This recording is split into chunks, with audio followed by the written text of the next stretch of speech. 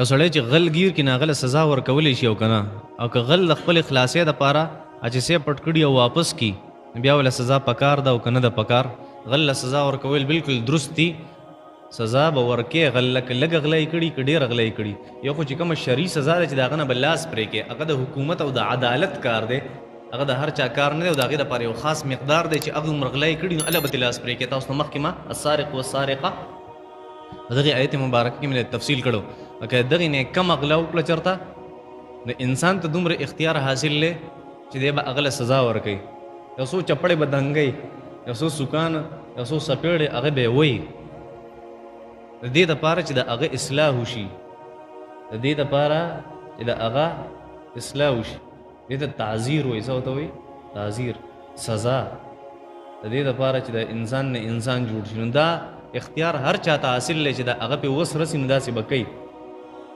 او دغه سزا اختیار هر چاته نه دی حاصل ښه صحیح ده دویمه خبره که د خپل خلاصي دپاره هغه د اسیز واپس کړي نو بیا به پرېږدي که سزا به ورکوي بیا به موله سزا ورکوي چې دی سړي بچی شي که سزا دې ور نه کړی دی بیا د ارامي توب کوي رذیلتوب به کوي سزا به وله ورکوي ښه خو لاس پتې نه پرېږدي دا ستا کار نه دی صحیح ده او زموږ په ملک کې عجیبه شان دی چل دی زموږ په ملک کې عجیبه شان دی چل دی کمپوډري چې چپړې پټې کړي موږ یې په شریکه وو او کم سیاستدان چې هغه غلا کوي هغه له موږ اوټ ورکوو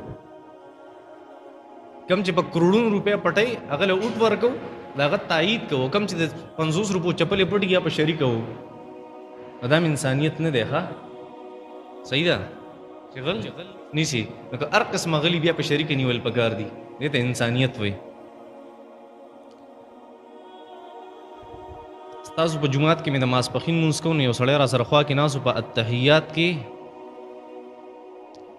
ګوته چوته کړه د شهادت او بیا یې ګوته خوځوله نو ما منع کړو د دې نه نو هغه وی چې دا د نبي علیه صلات وسلام طریقه ده نور ټولې طریقې د نبي ټولې طریقې چې خلک کوي د اشارې هغه غلطې دي او دا طریقه ټیک ته چې ګوته به خوځې بار بار اوس صحیح طریقه څه ده لکه مسلمانه ګوره دا ګوته چوتول نه دي دا د نبي علیه صلات وسلام طریقه ده نبي علیه صلات وسلام په تحیات کې په اشهد ان لا اله الا الله باندې ګوته چوته کړې ده او په مختلفو طریقو یې چوته کړې یو طریقه دا مونږ چې کوو یو طریقه هغه د ګوته چې پکې خوځېږي دا ټولو باندې احادیث مبارکه موجود دي نو تم قمقلې چې ورته وایې چې داسې مه کوه او هغه ستانه غټ بېوقوفه دی چې تا ته دا وایي چې زموږ دا طریقه ټیک ته نورې غلطي دا خو احادیث مبارکو ته غلط وایي کوم څیز چې په احادیثو کې موجود دي کوم څیز چې قرآن او حدیث او د صحابو په زندګۍ کې موجود دي څوک هغې ته غلط نشي ویلی که ستا د مسلک وي او که ستا د مسلک نه آمین صحابه کرامو په تیز هم ویلی په روی هم ویلی اوس یو سړی آمین په تیز او یو سلو وي یو بل ته دا نشي ویلی چې ته غلط وې دا ستا طریقه غلطه ده ولې صحابه کرامو ته غلط وې صحابه کرامو داسې کړي نبی علیه صلات وسلام احادیث مبارکه په دې څیزونو موجود کوم څیز چې په قرآن او په حدیث او د صحابه کرامو په زندګۍ کې موجود دي په هغې کې اختلاف هسې فضول دی په کومه طریقه چې چا عمل وکړو هغه درست دی البته موږ حنفي مذهب والي یو زموږ طریقې کار دا دی چې موږ ګوته چوته کړو او بیا یې کیدو خوځو را خوځوي نه دا زموږ مسلک او مذهب دی زموږ طریقه دا ده صحیح ده موږ دې ته بهتر وایو هغه هغې ته بهتر وایي خو په دې کې څوک دا نشي ویلی چې دا ټیک ته او دا غلط بېوقوفو خلکو خبرې دي ښه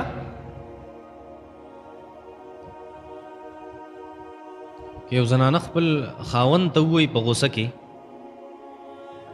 چې زما زړه غواړي چې تا نه لاړه شمه نو خاوند ورته وي چې زما هم زړه غواړي چې ته لاړه شي دې سره طلاق کېږي که نه کېږي که کېږي څومره طلاقي دې سره طلاق نه کېږي ښه دې الفاظو سره طلاق نه کېږي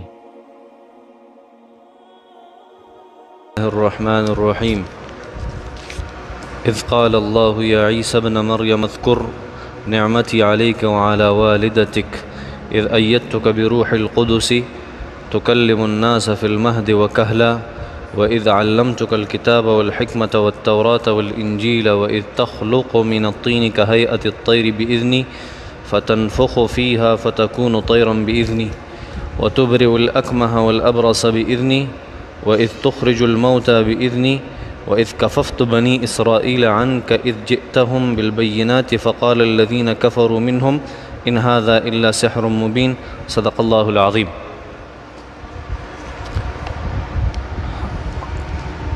پرون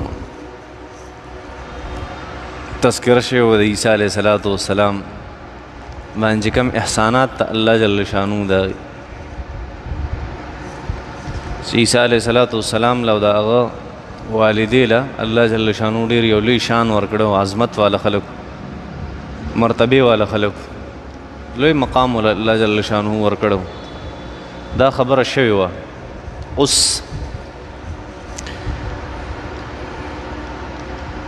دغه تشریح چې مونږ کړی وه د آیت مبارکه بارکه هم کړی وه دې حصې چې اذکر نعمتي علیک وعلی والدتک د الله چې کوم احسان دی په تا باندې او ستا په مور بیبي حضرت مریم باندې علیه السلام هغه ځان ته رایاد کړه نعمتي نعمت زما یو نعمت نه د ټول نعمتونه یادوي چونکې د الله نعمتونه ډېر زیات سیوه او د شمار نه بارونه یو لفظ ذکر کو نعمتي جنس نعمتونه چې څومره دي په تا باندې او ستا په مور باندې هغه رایاد کا الله جل شانو فرمایي دا هغه د قیامت ته ورځې خبره کوي ښه الله جل شانو چې د قیامت په ورځ به عیسی علیه السلام ته زه داسې وایم چې په تا مې کوم احسان دی او ستا په والدې مې کوم احسانات دي هغه رایاد که ځان په هغې څه خبر شوی و چې په والده باندې څه احساناتو د الله جل شانو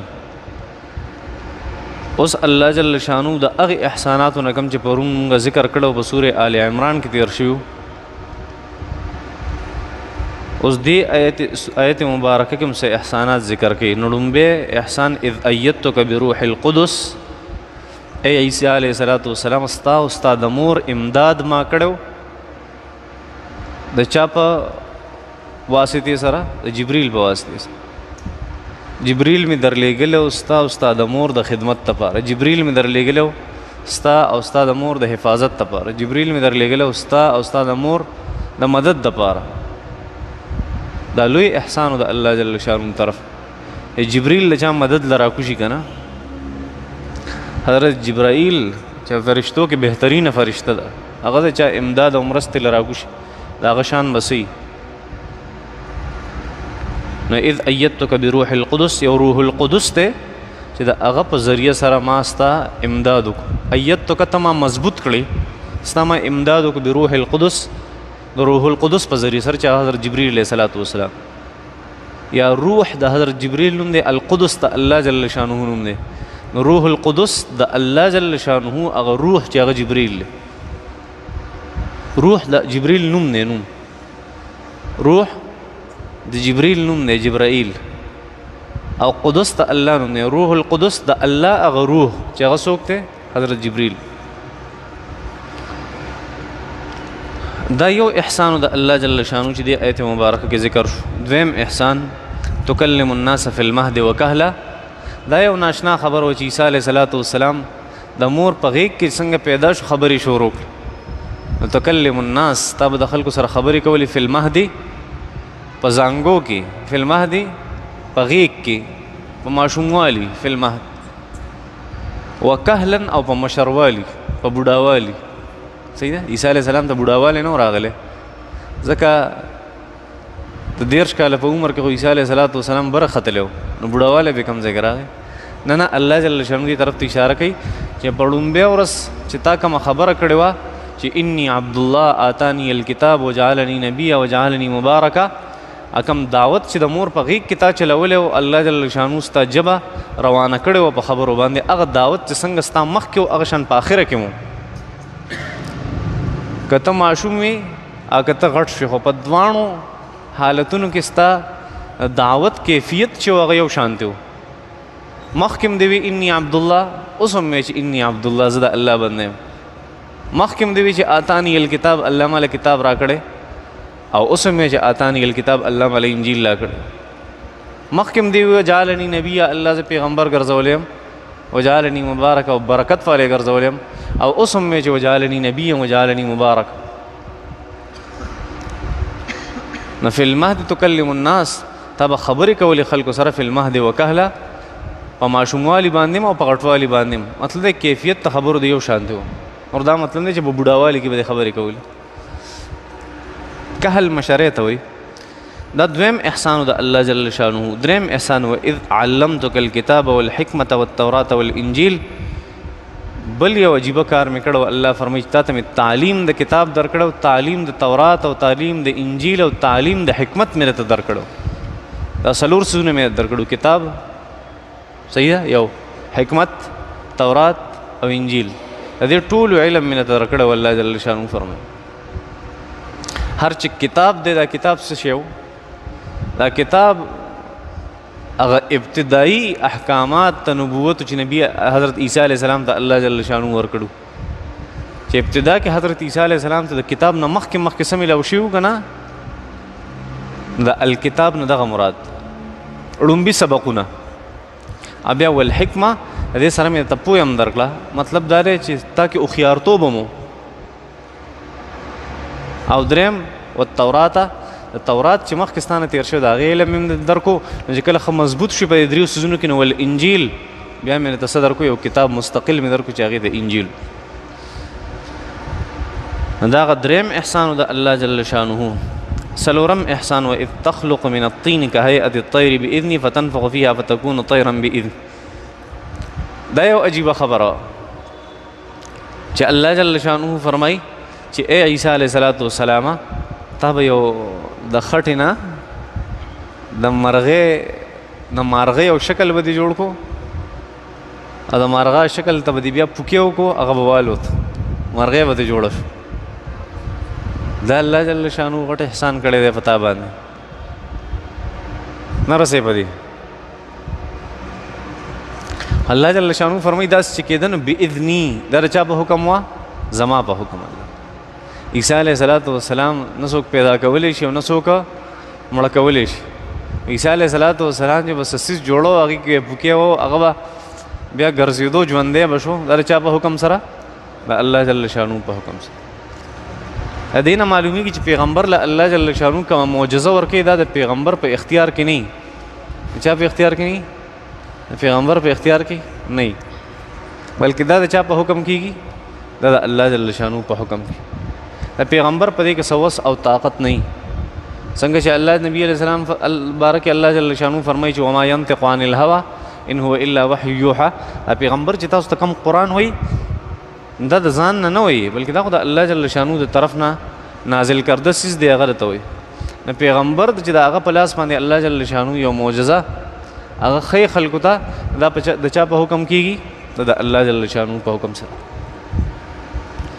الله جل شانو فرمایي فتنفخو وإذ، او هغه وخت یاد که تخلق من الطین چې تا به جوړول د خټې نه کهیئة الطیر په شانتې د شکل د مارغه، بإذني زما په حکم سره، فتنفخ فیها بیا به تا پوکې و په هغې کې، فتکونو نو شو به دا شکل د مارغه طیرا مرغۍ، دا شکل د مارغه چې به تا د خټې نه جوړ کړی و، فتکونو دا به شو طیرا مرغۍ بإذني زما په حکم سره. دا د الله جل شانو حکم. تفصیل به کې وکړو لږ شان که نه به جی.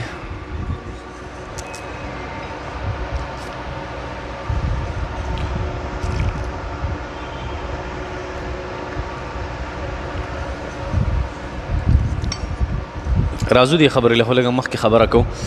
بیا الله جل شانو فرمایي یو بل پنځم احسان وتبرئ الاکمه والابرص باذنی، زما حکم، زما په حکم باندې به تا مریضانو ته شفا ورکوله، زما په حکم باندې به تا مریضانو ته هغه مرضونه چې هغه لا علاج مرضونه هغې ته به دې شفا ورکوله، د چا په حکم سره؟ د الله جل شانو په حکم سره. وتبرئ الاکمه تا به جوړول هغه مرزادګان چې د مور نه بړانده پیدا و، والابرص او برګي مرض والا باذنی زما په حکم سره.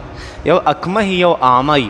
اعما هغه ړوند ته وایي چې مخکې خو ټیکې خو بیا د څه مرض د وجې نه یا څه مسلې د وجې نه هغه ړوند شي، هغې ته اعما وایي. اعما عمیون چې راځي عمیون. او کله چې د مور نه ړوند پیدا شي هغه ته اکمه وایي. څه ورته وایي؟ اکمه. صحیح ده.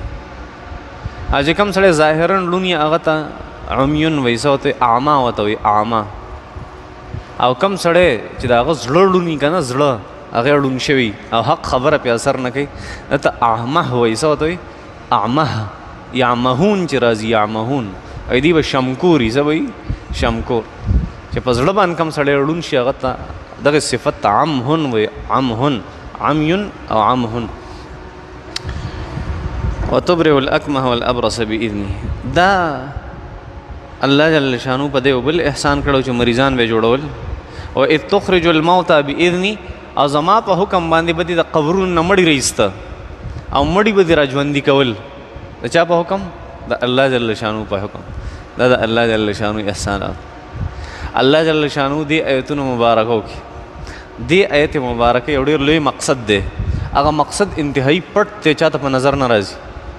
هغه مقصد هغه ډېر زیات پټ دی، چاته په نظر نه راځي. که مخکې خیال کړی 2 آیته مخکې وګورئ، هلته الله جل شانه یو آیت مخکې تاسو وګورئ، هلته الله جل شانه فرمایل چې یوم یجمع الله الرسل فیقول ماذا اجبتم. د قیامت په ورځ به الله د پیغمبران به راجمع کړي، بیا به تپوس کوي چې تاسو دعوت چلولی و، دعوت په جواب کې تاسو ته د خپل قوم څه ویلو. پته لګي الله جل شانه دې آیتونو مبارکو کې د دعوت یو طریقه ذکر کړي. د دعوت یو طریقه ذکر کړي چې هغه دعوت اصول یو ډېر اهم اصول دی چې په کومه طریقه باندې به ته په معاشره کې تبدیلي راولي. هغه د تبدیلي هغه طریقه ښیي الله جل شانه. هغه پیغمبران علیهم الصلوات والتسلیمات هغه تبدیلي راوستې په معاشره کې. څنګه پکار و بس هغه شانتې وکړه پیغمبرانو، او هر پیغمبر چې راغلی دی نو د هغه د وجې نه په معاشره کې یو لویه تبدیلي راغلی ده او یو لوی انقلاب راغلی دی د هغه په وجه باندې. اکثر داسې شوي. نو دلته مخکې آیت مبارکه به مخکې آیت مبارکه کې الله جل شانو د دعوت تپوس وکړو د پیغمبرانو. پیغمبران وایي تا ته پته دی یا الله نه چې دې څه کړي دي. بیا الله جل شانو پیغمبرانو کې د پیغمبرانو تذکره وکړو. پیغمبرانو کې د حضرت عیسی علیه السلام تذکره وکړو، او د عیسی علیه السلام تذکره چې یې کوله، د عیسی علیه السلام د دعوت چې کوم کار و هغې دې ځای نه شروع کړو چې تکلم الناس فی المهد وکهله. ستا د دعوت چې په ابتدا کې کومه طریقه و په انتها کې هم هغه طریقه وه. مطلب دا دی د دعوت چې کوم اصول ستا هغه بدل شوي نه دي. دعوت چې کوم دعوت تا ته الله جل شانو حواله کړو هغه دعوت کې تا معمولی بیشی کمی بیشی نه دی کړی، تا پوره دعوت چلولی دی. څه دی چلولی؟ پوره دعوت دی چلولی. تکلم الناس فی المهد وکهله تا په وړوکوالي کوم دعوت چلو هغه دې په غټوالي هم چلولی. نو اوس الله جل شانه فرمایي چې دعوت لپاره کمې کمې خبرې ضروري دي. لومبۍ خبره په آیت مبارکه کې ذکر کړه چې ایدتک بروح القدس، چې ته ما کله دعوت ته پیش کولی نو ستا او ستا د مور امداد ما کړو. په کومه طریقه؟ حضرت جبریل مې درلیږلو. پته لګي چې دعوت لپاره انسان دپاره ضروري دی چې مخکې نه د هغه په بیک باندې د هغه په شا باندې څوک موجود نه دی بیا دعوت چلی. ګوره نه حضرت لوط علیه السلام څه ویلو، حضرت شعیب علیه السلام څه ویلو. خصوصا حضرت لوط علیه السلام باره کې خو صفا الفاظ راځي چې د سوي چې کاش چې زما یو خاندان وی او خاندان زما په شا باندې ولاړ رکن شدید برکن شدید، کاش چې زما په شا باندې مضبوطې پلرې ولاړې وی، ای زما قوم ته سربوس ما چل کړو. نو حضرت لوط علیه السلام چې کله خبر د قوم ته مخامخ شو نو څه ارمان یې وکړو چې کاش زما یو مضبوط خاندان وی زما په شا باندې او زما مرسته یې کړې وی، زما امداد یې کړی. نو دا لومبۍ خبره ده چې الله جل شانو د دعوت لپاره یو طریقه ذکر کړي. کله ته دعوت چلې، ته کله دیني اسلام کار کې قرآن او حدیث، نو یاد ساته الله به ته مضبوطه خبره کولی شي. کله ستا په شا باندې یو خاندان موجود وي، ستا په شا باندې یو طاقت موجود وي، ته بیا هر څنګه خبره کولی شي. صحیح ده؟ د محنت کول د دعوت نه مخکې دا ډېره یو ضروري خبره ده. بیا خلک دعوتونه چلی او تاسو ته پته ده هغه خلکو په کائنات کې انقلاب راوستی دی کوم چې دا طریقه اختیار کړې ده. د ترکی طیب اردگان څنګه کامیاب شو؟ تر ننه پورې د هغه ګیره هم نشته او صحیح برید هم نشته. تر ننه پورې هغه پینټ شرټ استعمالی، تر ننه پورې هغه ټای استعمالی. کله چې د هغه لږ شان طاقت راغی او هغه خبره د ګیرې او د پټکي شروع کړه نو خپلو ټولو مشرانو منع کړو چې بل طرف ته زموږ خلاف یورپ ولاړ دی. څوک ولاړ دی؟ یورپ، انګریز ولاړ دی، یهود ولاړ دی، عیسایان ولاړ دی. او که ته د پټکي او د ګیرې خبره کې نو زمونږ د دعوت او زمونږ د انقلاب چې دا مونږ یو طرف ته روان یو د دې په منځ کې به ډېر رکاوټونه راشي مونږ ته. ته فی الحال د پټکي او د ګیرې خبره مه حالانکه زمونږ د دعوت طریقه څه ده؟ د هغې بالکل برعکس ده. هغه اول ځان مضبوط که بیا وروسته دا خبره وکړو، کامیاب شو. خو اوس هم هغه شوشا نه کوي کومه چې زمونږ شوشا ده، چې که دنیا مرانیږي که هر څه کېږي خو ته پینټ شرټ نشي استعمالولی، دا زمونږ طریقې کار دی. که دنیا ورانیږي که هر څه کېږي ته په سرتوره نشي پاتې کېدی، زمونږ طریقې کار ځکه ناکام وي وروسته ورځه. اوسه پورې مونږ انقلاب را نه وست، تاسو ته پته نشته څومره شعبې چلیږي په پاکستان کې دین اسلام د دعوت، څوک سوچ نشي کولی. تصوف او تزکیه سوی، خانقاګانې سوی، ذکر اذکار سوی، دعوت او تبلیغ سوی، د هغې سره جهاد سوی او د هغې کوششونه سوی، جهادي تنظیمونه سوی، د هغې سره سیاسي کوششونه سوی، د هغې سره د مدارس و درس و تدریس سوی، د هغې سره د تصنیف او د تالیف چې کوم طریقه ده هغه سوی، کتابونه لیکل. که تقریر وی هغه هم په ټاپ باندې دی، که تحریر وی هغه هم په ټاپ باندې دی، که تدریس وی هغه هم په ټاپ باندې دی، که تصوف وی هغه هم په ټاپ باندې دی.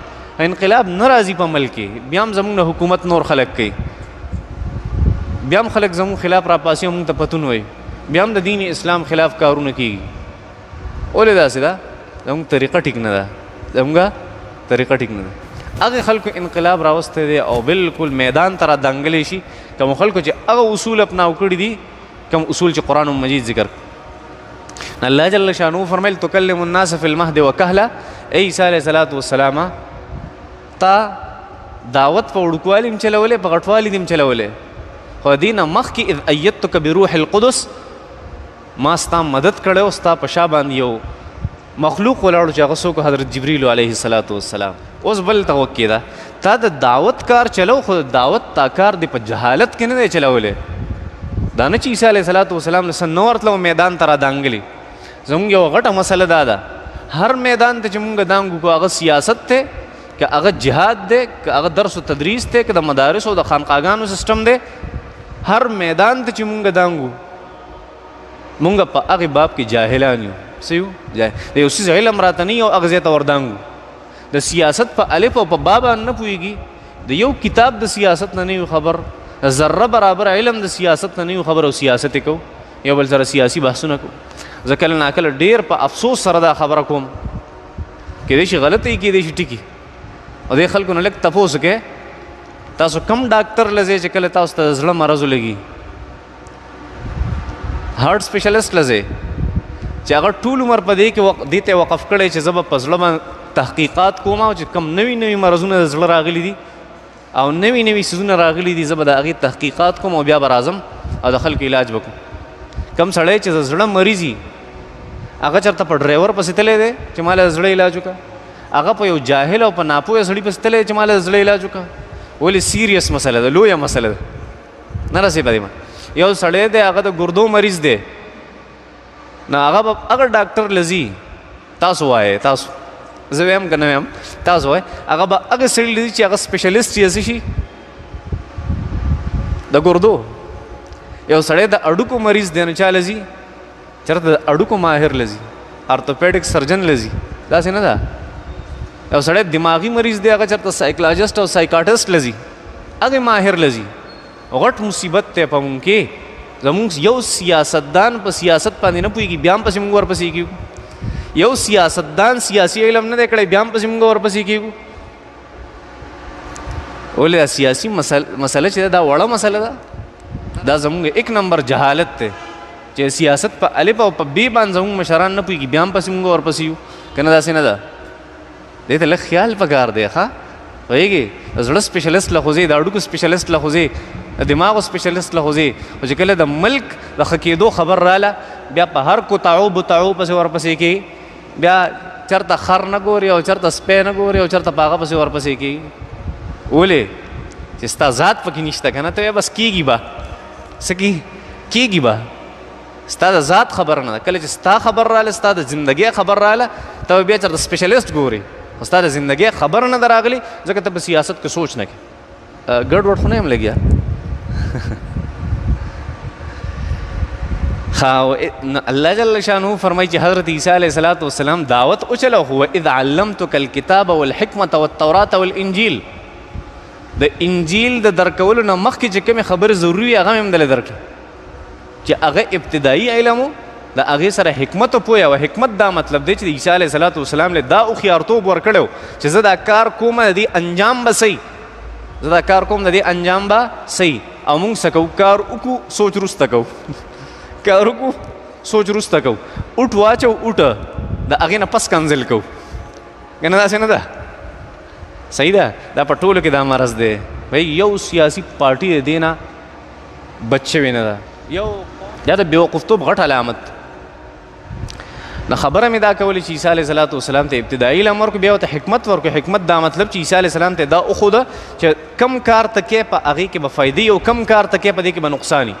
د کار په انجام باندې سوچ دا چا ته وښودو؟ حضرت عیسی علیه السلام ته. بیا د هغې نه پس وله التورا یو مخکینی شریعت یې وله ورکړو چې په هغې باندې پوهه راشي د حضرت عیسی علیه السلام. د هغې نه پس یې ول انجیل هغه اصل شریعت چې کوم د عیسی علیه السلام په کار و هغې ورته ورکړو. نه رسوي.